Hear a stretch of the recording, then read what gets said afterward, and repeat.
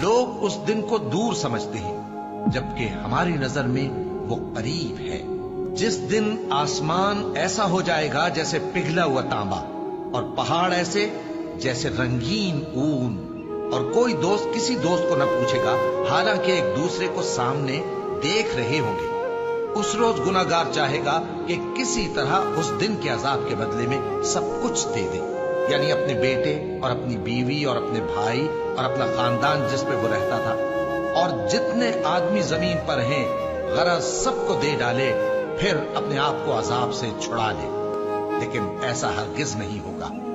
وہ بھڑکتی ہوئی آگ ہے، کھال ادھیڑ کر کلیجہ نکال لینے والی۔ وہ ان لوگوں کو اپنی طرف بلائے گی جنہوں نے دین حق سے اعراض کیا اور منہ پھیر لیا، اور مال جمع کیا پھر سینت سینت کر رکھا۔